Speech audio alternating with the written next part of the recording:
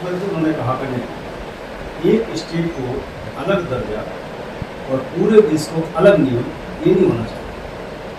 बाबा साहब अम्बेडकर के मना करने के बाद भी नेहरू जी ने अलग से जम्मू कश्मीर को अधिकार दिए और उसके दुष्परिणाम आपने कई प्रकार के देखे। एक दुष्परिणाम, वहाँ पत्थर चलते रहे सेनाओं के ऊपर, वहाँ आतंकवादियों को पैदा किया जाने लगा, तो मरुस्थल भूमि हो गई आतंकवादियों को पाकिस्तान से भेजने का। उसके परिणाम आपने भी देखे हैं। Vedic institute of pharmaceutical education और रिसर्च, प्रवेश प्रारंभ, D pharma, V pharma, M pharma, lab, library, smart classroom और सभी छात्र छात्राओं को स्कॉलरशिप। और आदिवासी अगर बराबर अधिकारी था तो फिर जम्मू कश्मीर में विधानसभा लड़ने का अधिकार क्यों नहीं दिया? और वाल्मीकि सफाई कर सकता है लेकिन उसको नौकरी का अधिकार क्यों नहीं दिया? नरेंद्र मोदी जी ने बाबा साहब भीमराव अम्बेडकर के सपने को पूरा किया, जो हमारे श्यामा प्रसाद मुखर्जी ने एक देश में दो विधान दो निशान नहीं चले, सपने को पूरा किया। धारा 370 खत्म करके भारत के संविधान को वन नेशन वन कॉन्स्टिट्यूशन इस शब्द का सम्मान किया और आदिवासी को पहली बार 9 सीटें जीतकर विधायक जम्मू कश्मीर में आए हैं। दलित समाज के 7 विधायक जीतकर आए हैं और वाल्मीकि समाज के नौजवानों को अब केवल सफाई का अधिकार नहीं बल्कि नौकरी का अधिकार भी मोदी ने दे दिया। 1975 में संविधान की आत्मा को कुचलने का काम इंदिरा गांधी ने किया। अपनी कुर्सी बचाने के लिए हाई कोर्ट के निर्णय के खिलाफ जाकर, सुप्रीम हाई कोर्ट के इलाहाबाद कोर्ट के निर्णय के खिलाफ जाकर उन्होंने संविधान को बदला, कुचला। इतना ही नहीं किया, उन्होंने 3.5 लाख निर्दोष संविधान बचाओ, देश बचाओ, लोकतंत्र बचाओ का नारा देने वाले विभिन्न विपक्षी दल के लोग को उनको जेल में ठूसने का काम किया। संविधान की पीएमएल को बदल दिया कांग्रेस पार्टी ने, 50 में था, उस पीएमएल को बदल दिया 1975 में। शाहबानो के प्रकरण में उन्होंने सुप्रीम कोर्ट के निर्णय को संसद के अंदर बदल दिया, यानी कि महिलाओं को बराबरी का अधिकार नहीं मिलना चाहिए। बाबा साहब अम्बेडकर चाहते थे महिला को जम्मू कश्मीर में आतंकवादियों ने निर्दोष यात्रियों की जो हत्या की, हम उसकी मैं इसको निंदा करता हूँ और जो भी हमारे मृतक भाई बहन हैं उनको सुना सरकार की प्रतिबद्धता भी। आदरणीय प्रधानमंत्री जी ने कल अपने स्टेटमेंट में कहा है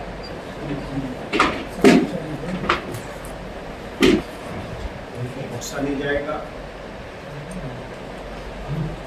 और कल्पना से वहाँ उन्होंने सोचा भी नहीं होगा वो दंड उनको मिलेगा। और माननीय प्रधानमंत्री जी ने उनकी कैबिनेट में उनके CCS की मीटिंग में वो सब प्रस्ताव दिखाई दिए है, उसका परिणाम भी दिखाई दिया।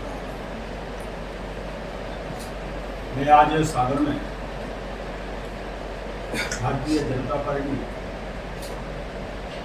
पूरे देश में 1029 जिले की संगठनात्मक डॉक्टर भीमराव अम्बेडकर सम्मान अभियान, ये 3 चरणों में चल रहा है। पहले चरण में केंद्रीय कार्यशाला होगी और प्रदेशों की कार्यशालाएं होगी। दूसरे चरण में जिला स्तरीय संगोष्ठियाँ अभी आयोजित यानी कि चल रही है। आज कल सागर में ग्रामीण की समाप्त हुई है, आज सागर में ये महानगर की भी संगोष्ठी अभी आयोजित होने वाली है। और तीसरे चरण में हमारे जो अनुसूचित जाति के प्रबुद्ध वर्ग है, भारतीय जनता पार्टी के 25 नेता 125 लोगों से व्यक्तिगत मिलकर उन्हें साइकिल देंगे। जो देश में एक वातावरण खड़ा किया जाता है चंद पत्नियों द्वारा। गांधी जी संविधान की किताब लहराते हैं लेकिन संविधान को कभी दिल से भी लगाते। वो किताब लहराते हुए कभी संविधान के सामने नतमस्तक नहीं हुए। नरेंद्र मोदी जी संविधान लहराते नहीं, संविधान के हिसाब से चलते हैं। संविधान में कहा गया है आर्थिक, राजनीतिक, सामाजिक न्याय, अवसर की समानता।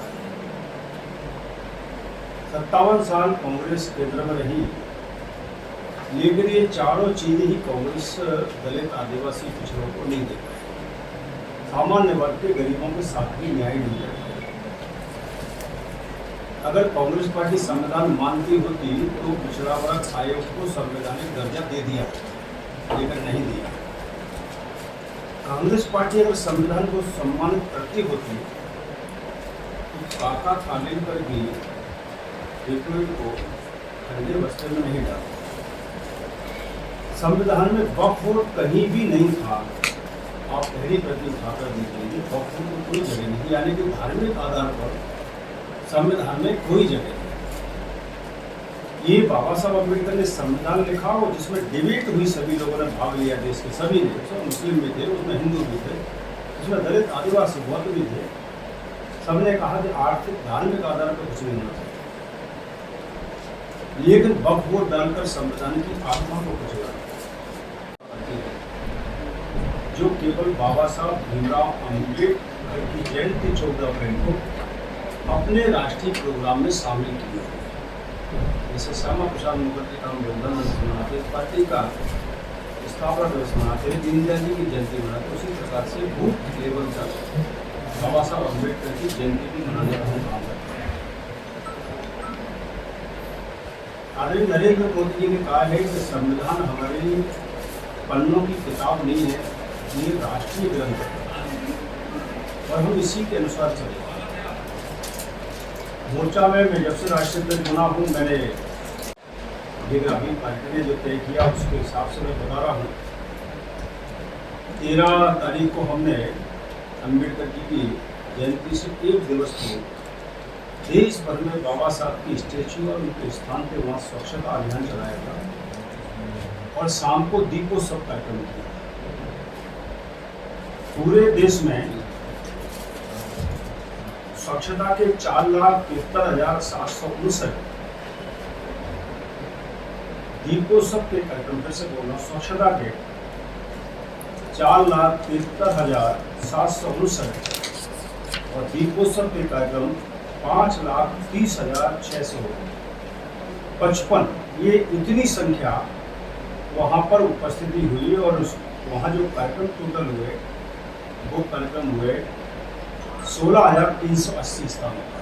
ये देश भर में इसमें बड़ी है और इसलिए ये अभियान के माध्यम से नेहरू जी ने 1961 में आरक्षण के खिलाफ जो मुख्यमंत्रियों को पत्र लिखा, वो पत्र मेरे पास है, इंग्लिश में भी, हिंदी में भी है। आप चाहेंगे तो आपके पास हम अपने जी के माध्यम से भिजवा देंगे। राजीव गांधी ने जब प्रधानमंत्री थे तब सदन के अंदर 2 घंटे 43 मिनट के भाषण में कहा कि आरक्षण से बुद्धू पैदा होती है। ये भाषण का आप चाहेंगे तो डिबेट भी कर लेंगे। मैं ये सारी प्रमाणित चीजें इसलिए बता रहा हूँ कि दलित विरोधी कोई है तो कांग्रेस पार्टी है, आरक्षण विरोधी कोई है तो कांग्रेस पार्टी है, अम्बेडकर का अपमान करने वाली, तिरस्कार करने वाली, उनका सामाजिक, राजनीतिक जीवन समाप्त करने वाली कोई पार्टी है तो वो पार्टी कांग्रेस पार्टी है। इसलिए एक नीचे तक जाकर सच्चाई क्या है ये आम आदमी को अब पता लगने लगी है और मोर्चा और भारतीय जनता पार्टी, यानी कि भारतीय जनता पार्टी के नेतृत्व में हम सब लोग नीचे जा रहे हैं और इस विषय पर हमारी पुष्टियाँ भी हैं, व्यक्तिगत लोगों से भी हम मिल रहे हैं, ताकि आम लोगों को ये समझ में आना चाहिए कि झूठ फैलाने वाली पार्टी कौन सी है और हम लोगों को ईमानदारी से सेवा करने वाली कौन सी पार्टी है। क्योंकि कहते ना कि टूट के पाँव पालने में दिखाई देता। मोदी जी ने 11 साल में देश की दलित, आदिवासी, पिछड़ा कभी 80 कांग्रेस पार्टी की सरकारों में दलित मंत्री बने थे 4 या 5, मोदी जी ने 12 बढ़ाने का। आदिवासी मंत्री हो गए थे 3-4, मोदी जी ने 9 बनाने का। महिला होती थी 3-4-5, 11 बढ़ाने का काम, पिछले वर्ग होते थे 12-13-14, उन्होंने 27 बढ़ाने का काम, यानी कि जातिगत बैलेंस की भौगोलिक बैलेंस की आदमी नरेंद्र मोदी ने करने का काम किया। और उसी का परिणाम है संविधान के खिलाफ चलना, देश के हिसाब से काम करना। उसका परिणाम है कि भारत आज कचरा लेकर भीख मांगने वाला नहीं, बल्कि लोगों को ताकत से खड़ा होने वाला देश बन गया। समाज से और महिला पहली बार राष्ट्रपति बनाने का काम किया है। और यही मैं कहना चाहता हूँ, कांग्रेस और इंडी गठबंधन कह रही है कि द्रौपदी मुर्मू ये रबड़ की स्टाम्प है, यानी कि एक महिला का और आदिवासी का अपमान, इससे ज़्यादा और कुछ नहीं हो सकता जो कांग्रेस और इंडी गठबंधन ने किया। चाहते तो बिल्कुल जुदा देते आदिवासी के पक्ष में दिया। रेलवे बोर्ड का चेयरमैन एससी का कभी नहीं बना, पहली बार बना। 67 साल में कभी नहीं बना आज तक। CAG राजनीतिक भी बराबरी का, प्रशासन की बराबरी का अधिकार मिलना चाहिए, ये बाबा साहब का सपना था। और इसलिए जब साइमन कमीशन आया था तो बाबा साहब ने जो विषय रखा था उसमें महिला का सशक्तिकरण, यानी कि बराबरी का अधिकार, श्रमिकों को बराबर योग्यता और दलितों को आरक्षण, आदिवासी को आरक्षण, ये विषय रखा। कांग्रेस पार्टी ने ये नहीं किया।